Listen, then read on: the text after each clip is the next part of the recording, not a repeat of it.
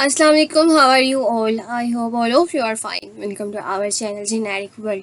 हमने last lecture में exercise 1.22 से रिलेटेड हमने डेफिनेशंस देखी थी और उसके बाद हमने क्वेश्चन नंबर 1, 2, 3 एंड 4 सॉल्व किया था, ठीक है। और मैंने कुछ क्वेश्चंस की अंडरस्टैंडिंग भी दी थी। आई होप कि वो क्वेश्चन आपसे हो गए होंगे। आज हमने क्वेश्चन नंबर 5 करना है। क्वेश्चन नंबर 5, इसमें क्या कह रहा है कि south bought a car for ₹7 lakh and got it insured at 4.2% annual premium for 3 years, ठीक है। अब यहाँ पे क्या कह रहे हैं कि साउथ ने एक कार ली है जो कि 7 लाख की ली है और उसके बाद उसने कहा कि 4.2% जो है वो उसने 3 ईयर का एनुअल प्रीमियम जो है वो अदा करना है। Calculate how much premium he paid in 3 years. तो आपने ये फाइंड आउट करना है कि वो 3 ईयर्स में कितना एनुअल प्रीमियम जो है वो पे करेगा, ठीक है। इफ डिप्रिसिएशन रेट इज 12% और आपने इसका डिप्रिसिएशन रेट भी फाइंड आउट करना है। अब आपके पास क्या है, आप लिखोगे 7 लाख, रेट क्या है आपके पास 4.2% एनुअल प्रीमियम है और डिप्रिसिएशन रेट जो है 12% है।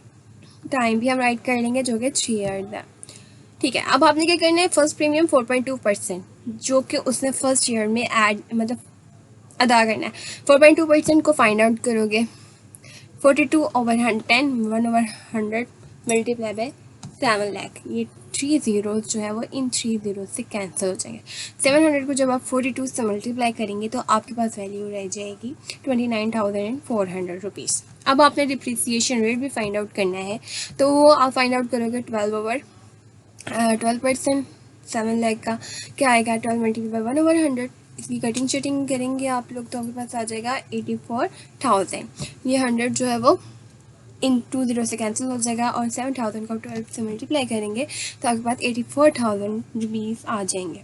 अब यहाँ पे क्या होगा कि आपने जो आपका टोटल वैल्यू थी 7 लाख में से आपने 84,000 जो है वो माइनस कर देना है।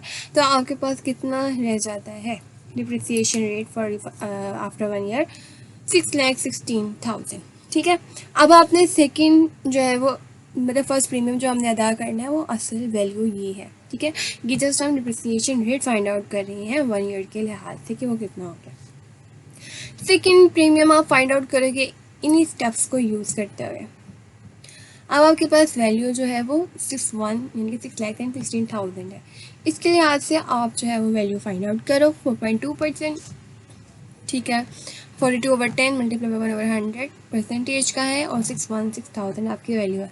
अब आपने ये 3 ज़ीरोज़ कैंसिल कर देने हैं इन 3 ज़ीरोज़ से और फिर 616 को आप मल्टीप्लाई करेंगे 42 से तो आपके पास वैल्यू रह जाएगी 25,872 रुपीज़। इसी तरह से आप डिप्रिसिएशन रेट फाइंड आउट करोगे आफ्टर 2 ईयर कितना होगा, 12% करोगे इस वैल्यू का 12% फाइंड आउट करेंगे आप सेम उसी स्टेप से। यहाँ पर 10 नहीं आएगा, ये बात मिस्टेक मैंने राइट कर दिया है, ठीक है।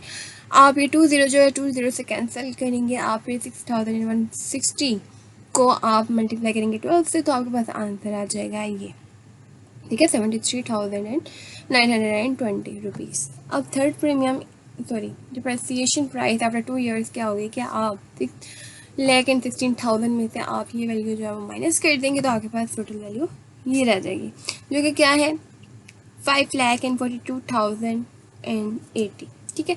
अब आप इसके लिहाज से 4.2% थर्ड प्रीमियम जो है फाइंड आउट करोगे। 4.2% के लिहाज से सेम स्टेप्स हैं, वैल्यूज जस्ट चेंज हो रही हैं।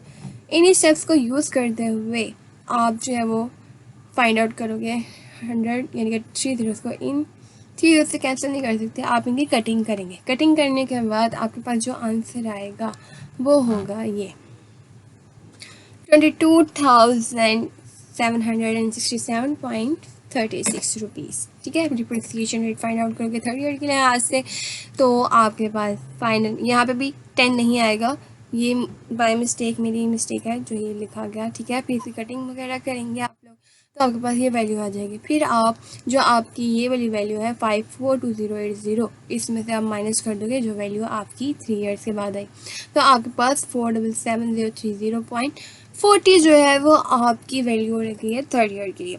अब आप क्या करेंगे, जो आपकी ओरिजिनल जो हमारी असल में प्रीमियम था एक ये है जो हमने अदा करना था ये वैल्यू और यहाँ से ये वाली वैल्यू ठीक है। और फर्स्ट टर्म की जो हमारी थी 29,400 रुपीज़, इन तब को आप जमा कर लेंगे, प्लस कर लेंगे तो आपके पास ये वैल्यू रह जाएगी 78,039.36 रुपीज़। ये आपकी टोटल प्रीमियम है जो आपने अदा करना है।